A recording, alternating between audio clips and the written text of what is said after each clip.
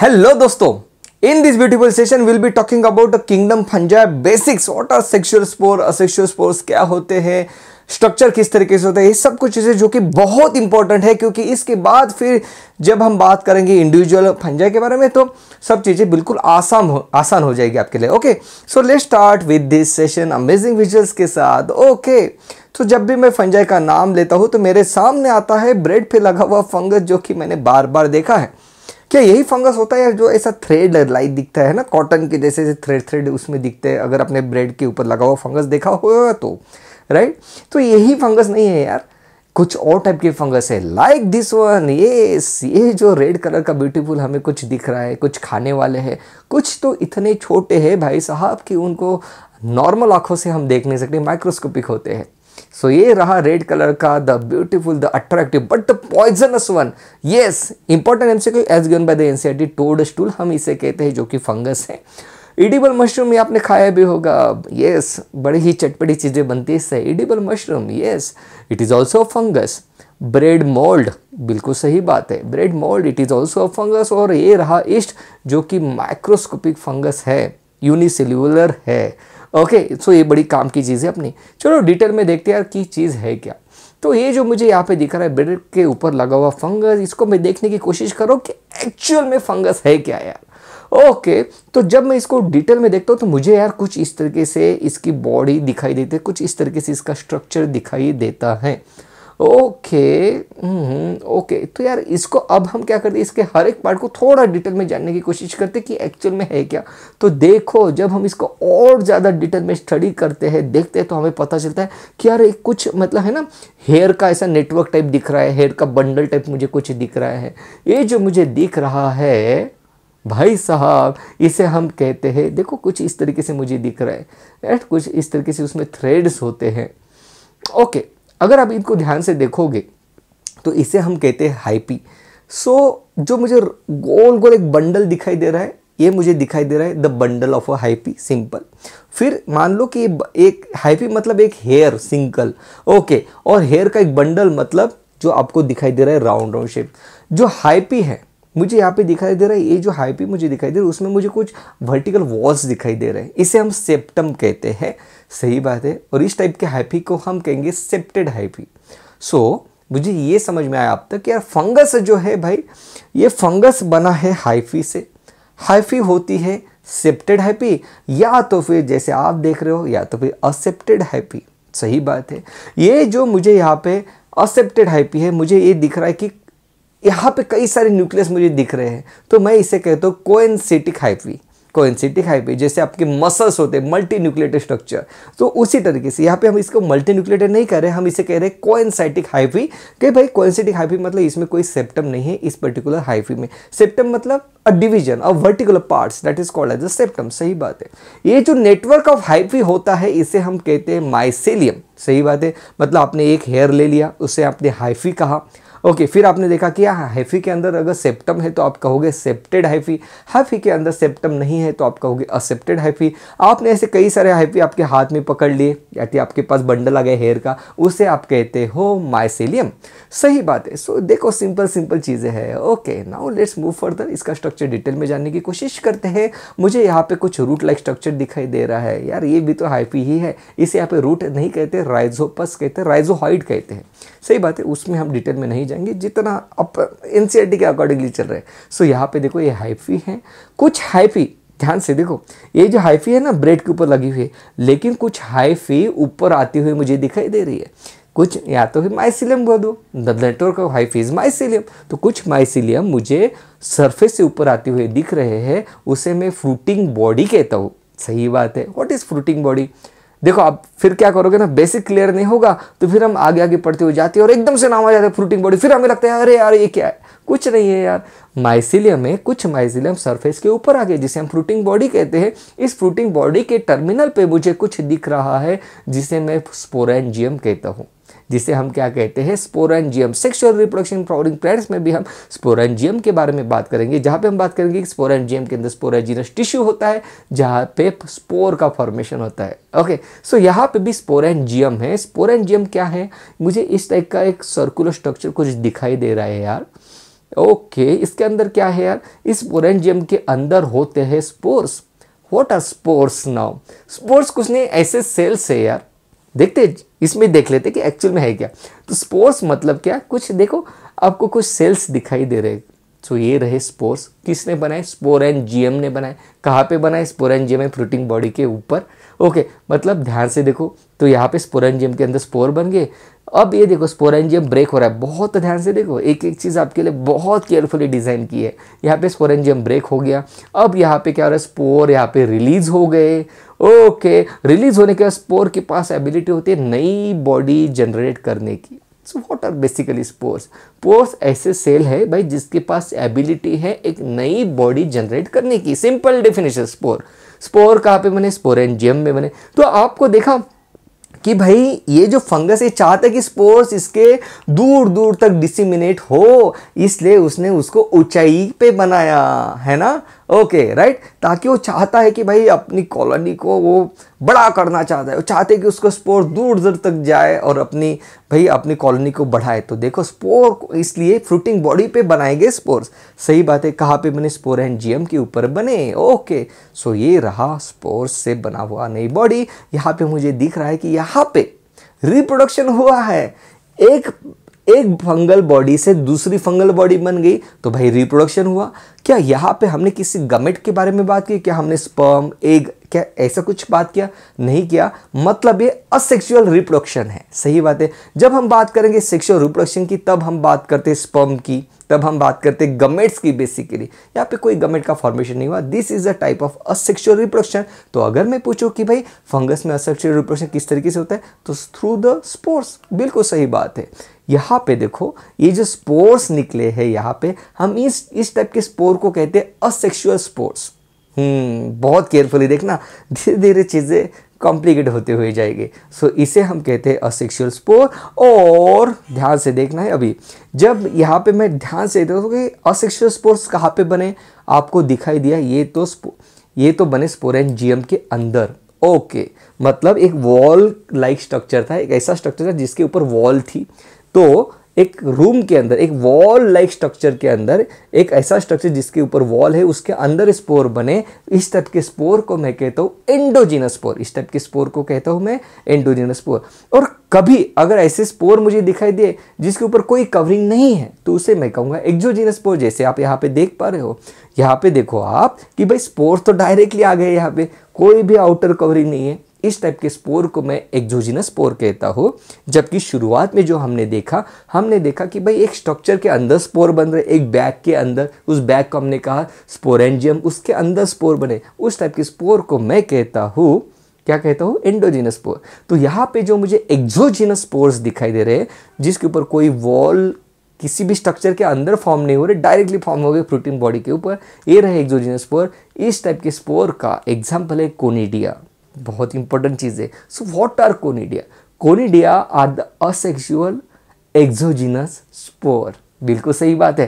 Okay, सो ये important चीज है भाई। कोनिडिया क्या है फिर समझ में नहीं आता, फिर जाइगोस्पोर क्या है समझ में नहीं आता, सेक्सुअल स्पोर क्या होते हैं, असेक्सुअल स्पोर क्या होते हैं समझ में नहीं आता। तो ध्यान से समझ लो, व्हाट आर कोनिडिया?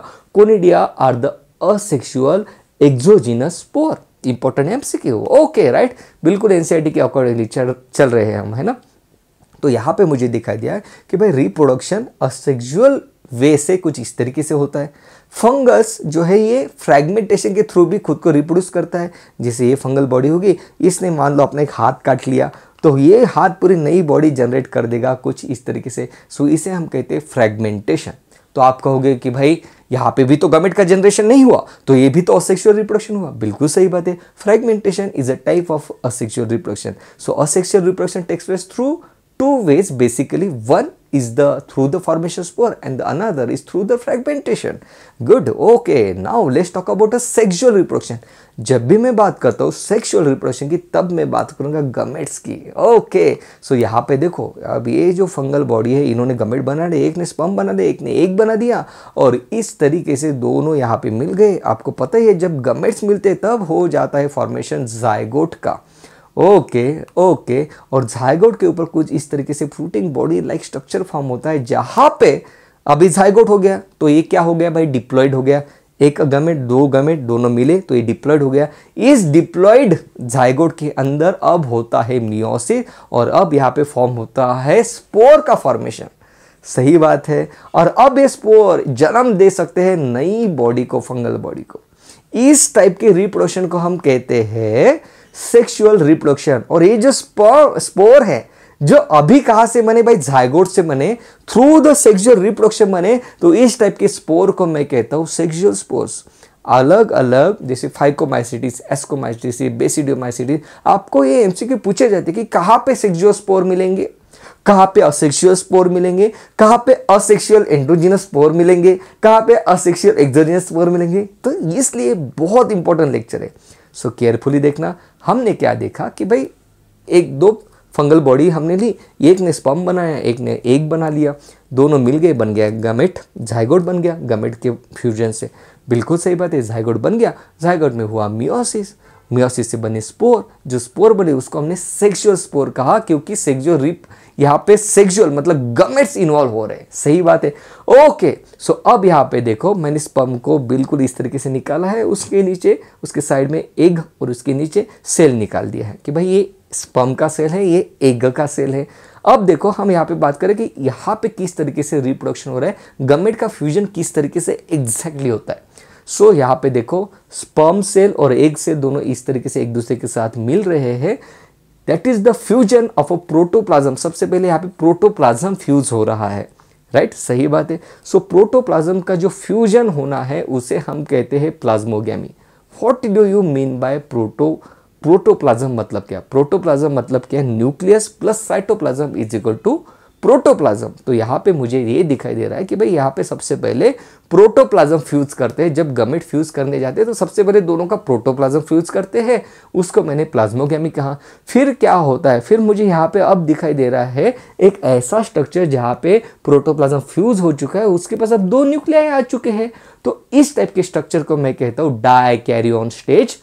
ओके, और अब देखो अब यहाँ पे क्या हो रहा है, अब यहाँ पे न्यूक्लियस का फ्यूजन हो रहा है, इसे मैं कहता हूँ कैरियोगैमी। क्लियर है? और इस तरीके से जाइगोट का फॉर्मेशन यहाँ पे होता है, जाइगोट में मियोसिस होता है, स्पोर बन जाते हैं, राइट? और ये देखो सेक्सुअल स्पोर बन गए। तो ध्यान से देखो, जब गमेट फ्यूज करते हैं तो सबसे पहले उनका प्रोटोप्लाज्म फ्यूज होता है। आप कहते हो इस टाइप के फ्यूजन को प्लाज्मोगैमी। प्लाज्मोगैमी होने के बाद आपको दिखाई देते डाइकैरियोन स्टेज। बिल्कुल सही बात है। डाइकैरियोन स्टेज मतलब कि दो न्यूक्लियस आपको सेपरेट दिखाई देते हैं। उसके बाद क्या होता है, दोनों न्यूक्लियस फ्यूज हो जाते हैं। कैरियन मतलब न्यूक्लियस, और इस टाइप के फ्यूजन को हम कहते हैं कैरियोगैमी। एक बार एक काम करते हैं, थोड़ा रिवर्स कर लेते हैं ताकि चीज़ें अच्छे से समझ में आ जाए। सो यहाँ पे देखो, ये रहा स्पर्म सेल, ये रहा एग सेल, दोनों फ्यूज हो रहे हैं। सबसे पहले दोनों का प्रोटोप्लाज्म फ्यूज हो गया, इसे हमने कहा प्लाज्मोगैमी। प्लाज्म का फ्यूजनागैमी मतलब फ्यूजन। सो ये रहा प्लाज्मोगैमी। ओके, प्लाज्मोगैमी जब होती है तब मुझे डाइकैरियोन स्टेज दिखाई देती है। ओके, उसके बाद अब तो भाई प्रोटोप्लाज्म अपने फ्यूज कर दिया, अब चलो न्यूक्लियस फ्यूज कर देते हैं। अब यहाँ पे न्यूक्लियस का फ्यूजन हो जाता है, जिसे मैं कहता हूँ कैरियोगैमी।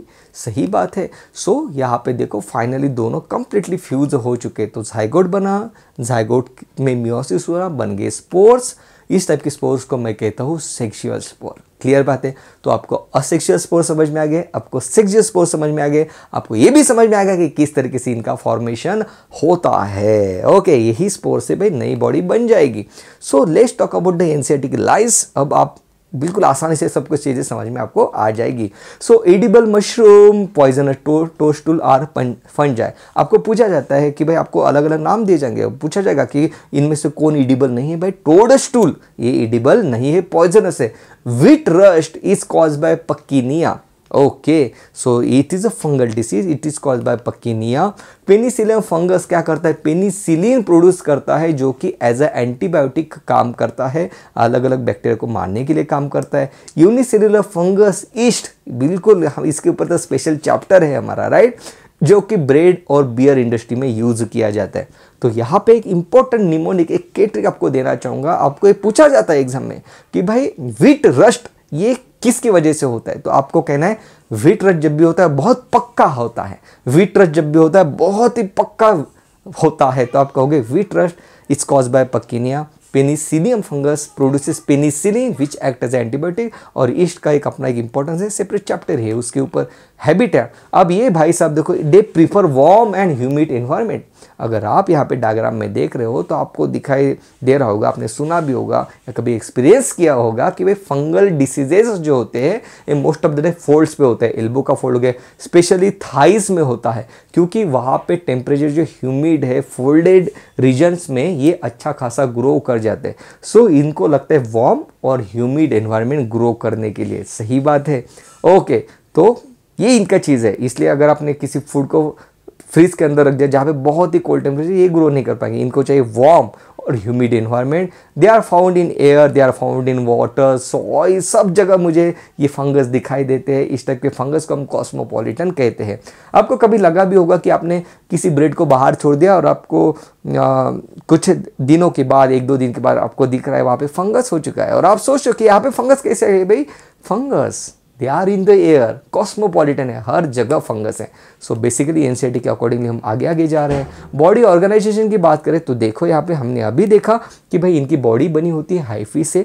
एक हाइफी है असेप्टेड हाइफी, दूसरी hyphae septate hyphae. Accepted hyphae को कोएनसिटिक मतलब भाई ऐसा लग रहा है कि सब कुछ फ्यूज हो चुका है, that is called as coenocytic. Aseptate मतलब कोएनसिटिक हाइपी, और एक रहती है सेप्टेड हाइपी। अब कुछ हाइपी देखो यहाँ पे इस तरीके से हाइपी का नेटवर्क अब बन रहा है। इस टाइप के नेटवर्क को हम कहते हैं माइसेलियम। बिल्कुल सही बात है। ओके, अब इसी माइसेलियम से कुछ मुझे ऊपर आते हुए माइसेलियम दिखाई दे रहे हैं, जिसे हम कहते हैं fruiting body, that is aerial mycelium. बिल्कुल सही बात है। एरियल माइसेलियम के ऊपर स्पोर बनते हैं। अगर स्पोर किसी सैक लाइक स्ट्रक्चर में बन रहे हैं तो उस सैक को मैं स्पोरेंजियम कहूंगा, उस टाइप के स्पोर को एंडोजिनस स्पोर कहूंगा। और अगर स्पोर किसी भी सैक के अंदर नहीं बन रहे, डायरेक्ट फ्रूटिंग बॉडी के ऊपर बन रहे हैं, तो उसमें एक्सोजिनस मतलब भाई खुद को एक्सपोज कर रहे हैं स्पोर, उस टाइप के स्पोर को मैं एक्सोजिनस स्पोर कहता हूँ। So fungi are filamentous except yeast which is a unicellular fungi. Detail में हम आने ही वाले हैं इस पे। दिस फिलामेंट्स, ये जो फिलामेंट्स होते हैं इसको हम कहते हैं हाइपी। हाइपी के नेटवर्क को हम माइसेलियम कहते हैं। हाइपी विथ मल्टीन्यूक्लिएटेड साइटोप्लाज्म को हम कोएनसिटिक हाइपी कहते हैं। हाइपी विथ सेप्टा और क्रॉस वॉल को हम कहते हैं सेप्टेड हाइपी। ऐसे हाइपी जिसमें क्रॉस वॉल है इसको हम सेप्टेड हाइपी कहते हैं। इनका जो सेल वॉल होता है ये बना होता है काइटिन से, और काइटिन हमने कहाँ पे पढ़ा, हमने आर्थ्रोपोड्स में पढ़ा, जहाँ पे उसका एक्सोस्केलेटन काइटिन से बना है, जहाँ पे कैल्शियम का डिपोजिशन भी रहता है। सो यहाँ पे cell wall it is made up of chitin. अगर आपको पता है तो मुझे बताओ यार कि bacterial cell wall is made up of, पता अगर होगा तो कमेंट सेक्शन में जरूर बताना। हम यहाँ पे बात करेंगे फंगस की सेल वॉल ये बनी होती है काइटिन और पॉलीसैकेराइड से। Chitin is a important word. Okay right, clear है। ओके चलो अब हम आगे बढ़ रहे हैं। भाई साहब न्यूट्रिशन के बारे में बात करते हुए फंगस क्या खाना पीना खाता है। फंगस जो है दे आर ऑल हेटेरोट्रॉप्स, इनके पास कोई भी फोटोसिंथेटिक पिगमेंट्स नहीं है, दूसरे के ऊपर डिपेंड है। सही बात है। सो सैप्रोफिटिक फंगस कहाँ से खाना लेंगे, अगर ये खाना किसी डेड मतलब कोई डेड एनिमल है वहाँ से अपना खाना ले रहे हैं तो हम कहेंगे this is the saprophytic mode of nutrition. Parasitic mode of nutrition देखा होगा आपने भी, फंगस आपके ऊपर अटैक क्यों करते हैं, क्योंकि आपके स्किन के थ्रू आपका न्यूट्रिशन लेना चाहते हैं। Called as a parasitic fungus. Some fungi they are parasitic on plant and animal, क्योंकि उनको न्यूट्रिशन चाहिए, खुद तो बना नहीं सकते तो कहाँ से लेंगे, डेड एनिमल से लिया। आप कहोगे this is a saprophytic mode of nutrition. किसी लिविंग से ले रहे हैं तो भाई आप पैरासिटिक मोड ऑफ न्यूट्रिशन कहोगे। सिम्बायोटिक, कुछ फंजाई जो है भाई साहब ये अल्गी के साथ एसोसिएशन दिखाते हैं। कुछ फंजाई किसी प्लांट के रूट के साथ एसोसिएशन दिखा सकते हैं। अगर अल्गी के साथ एसोसिएशन दिखा रहे हैं सो अल्गी फिश फंगस, इस पर्टिकुलर स्ट्रक्चर को हम लाइकेन कहते हैं। सही बात है बेटा, इसका मोड ऑफ न्यूट्रिशन बहुत ही सही है। ध्यान से देखो, इसको खाना खाना है तो ये किस तरीके से खाता है। मान लो किसी ब्रेड के ऊपर ये बैठा हुआ है तो फंगस क्या करता है, अपना एंजाइम बाहर रिलीज कर देता है। ओके, बाहर रिलीज करने के बाद एक्स्ट्रा सेल्यूलर डाइजेशन यहाँ पे होता है। आजू बाजू में जो भी कार्बोहाइड्रेट है उसको ब्रेक किया जाएगा, उसके सिंपलर फॉर्म में उसको फिर एब्जॉर्ब किया जाएगा। इसके पास होते हैं हाइफी, बहुत इंपॉर्टेंट चीज़ है। So fungi they releases the enzyme to convert complex organic substance into simple organic and then they absorb it. So यहाँ पे होता है एक्स्ट्रा सेल्यूलर डाइजेशन। सेल के अंदर नहीं हो रहा है डाइजेशन, सेल के बाहर हो रहा है। सो इसका एक अपनी खासियत है बेटा। ओके, तो पहले बाहर डाइजेशन करता है, फिर उसको फिर अपने बॉडी के अंदर लेता है। ध्यान से सुनो, इसके पास जो हाइफी होते हैं फिलामेंटस होता है, मतलब हेयर लाइक होते हैं। इसके वजह से ये क्या कर सकते हैं भाई, ये किसी सरफेस के ऊपर ये अच्छे से पकड़ बना सकते हैं। इसलिए तो अलजी इसके साथ एसोसिएशन बना लेती है, अलजी इसको अपना दोस्त बना देती है। अलजी और फंगस का एसोसिएशन बन गया यहाँ पे लाइकेन। ओके, सो यहाँ पे अलजी को क्या बना, अलजी को क्या मिला, अलजी को सपोर्ट मिल गया। फंगस को क्या मिला, फंगस को अलजी की तरफ से फूड मिल जाएगा। ओके, इसी तरीके से माइकोराइजा, माइकस मतलब फंगस, राइजा मतलब रूट। कुछ फंगस कुछ प्लांट के साथ एसोसिएशन दिखाते हैं रूट के साथ, मतलब वो प्लांट को वाटर एब्जॉर्ब करने में हेल्प करते हैं और एक तरीके से प्लांट भी उसको फिर न्यूट्रिशन प्रोवाइड करता है। सो इस तरीके से फंगस जो है ये एसोसिएशन भी शो करता है। दे show saprophytic mode of nutrition, they show parasitic and symbiotic mode of nutrition also. Reproduction किस तरीके से होता है, अभी हमने देखा सेक्सुअल असेक्सुअल फ्रेगमेंटेशन के थ्रू। ओके, असेक्सुअल रिप्रोडक्शन किस तरीके से होता है, asexual spores they develop by the mitosis on a haploid fruiting body के ऊपर माइटोसिस होगा, फिर यहाँ पे असेक्सुअल स्पोर बन जाएगा। सेक्सुअल स्पोर कहाँ पे बनते हैं, पहले जाइगोट बना था, मियोसिस हुआ, फिर स्पोर का फॉर्मेशन हुआ, फिर वो जर्मिनेट हो जाते हैं, नई प्लांट बॉडी बन जाती है। एंडोजीनस स्पोर मतलब क्या है, एंडोजीनस स्पोर्स दीज आर, ये स्पोर ऐसे स्पोर है जो किसी कवरिंग के अंदर डेवलप होते हैं, जैसे कि स्पोरेंजिया। उस सैक लाइक स्ट्रक्चर को स्पोरेंजियम या तो फिर स्पोरेंजिया कहते हैं। एक्सोजीनस स्पोर जो है ये किसी भी स्पोरेंजियम के अंदर डेवलप नहीं होते, ये खुद को एक्सपोज करते हैं, तो हम इससे कहते हैं exogenous spore, right. Motile spore का हम ज़ूस्पोर कहते हैं और नॉन मोटाइल स्पोर का प्लानोस्पोर कहते हैं। कल इसके बारे में डिटेल में आपको जानकारी दी जाएगी। सो सेक्सुअल रिप्रोडक्शन के 3 फेजेस है, किस तरीके से यहाँ पे गमेट का फ्यूजन होता है। एक है प्लाज्मोगैमी, जहाँ पे सिर्फ प्रोटोप्लाज्म यहाँ पे फ्यूज हो रहा है। उसके बाद यहाँ पे हमें दिखाई देते डाइकैरियोन स्टेज, मतलब ऐसा दिखाई दे रहा है कि ये एक ही सेल है जिसके अंदर 2 न्यूक्लियस है, called as a dikaryon stage. उसके बाद यहाँ पे न्यूक्लियस का फ्यूजन हो जाता है, कॉल्ड एज कैरियोगैमी, मतलब न्यूक्लियस का फ्यूजन होना। फाइकोमाइसिटिस जो है, टोटल 4 फंगस आपको स्टडी करने हैं, फाइकोमाइसिटिस, एस्कोमाइसिटिस, बेसिडियोमाइसिटिस एंड ड्यूटेरोमाइसिटिस। इसमें से जो फाइकोमाइसिटिस है इसमें डाइकैरियोन स्टेज हमें दिखाई नहीं देती। ऐसा दिखाई देता है कि plasmogamy is immediately followed by the karyogamy. Okay, ये इसका एक फीचर है। कल प्लाज्मोगैमी में डिटेल में, कल फाइकोमाइसिटिस में डिटेल में हम बात करने वाले, लेकिन एक इंपॉर्टेंट फीचर है कि फाइकोमाइसिटिस में हमें यहाँ पे डाइकैरियोन स्टेज नहीं दिखाई देती है, क्योंकि जल्दी से पहले प्लाज्मोगैमी हो गई, it is immediately followed by the karyogamy. तो डाइकैरियोन एक इंटरमीडिएट स्टेज आपको यहाँ पे नहीं दिखाई देगी। सो बेसिकली फंजाई जो है इनको किस तरीके से क्लासीफाई किया जाता है, जिसके बारे में हम कल डिटेल में पढ़ने वाले हैं। सो अगर कोई फंजाई भाई based on the sexual reproduction को क्लासीफाई हम कर सकते हैं। ऐसे फंजाई जो कि सेक्सुअल रिप्रोडक्शन नहीं दिखाते, इनको रखा गया है ड्यूटेरोमाइसिटिस में। ऐसे फंजाई जो कि सेक्सुअल रिप्रोडक्शन दिखाते हैं और जिनके पास सेप्टा नहीं है, दैट इज असेप्टेड है, उनको रखा गया है फाइकोमाइसिटिस में। और जो सेप्टेड है उनको रखा गया है एस्कोमाइसिटिस में, बेसिडियोमाइसिटिस में। बिल्कुल भी स्ट्रेस नहीं लेना, कल डिटेल में इसी पर्टिकुलर स्लाइड के साथ हम आगे बढ़ने वाले हैं। Okay, so basically this was the basic introduction of the kingdom fungi. कल डिटेल में इन सब के बारे में बात होगी अमेजिंग ट्रिक कि किस तरीके से इनके फीचर्स को आप लर्न कर सकते हो। That was all about this session. Video अगर अच्छा लगा हो तो वीडियो को लाइक, चैनल को सब्सक्राइब करना मत भूलना। कमेंट सेक्शन में मुझे जरूर बताएं if you are finding this videos helpful. Love you all, take care, bye bye.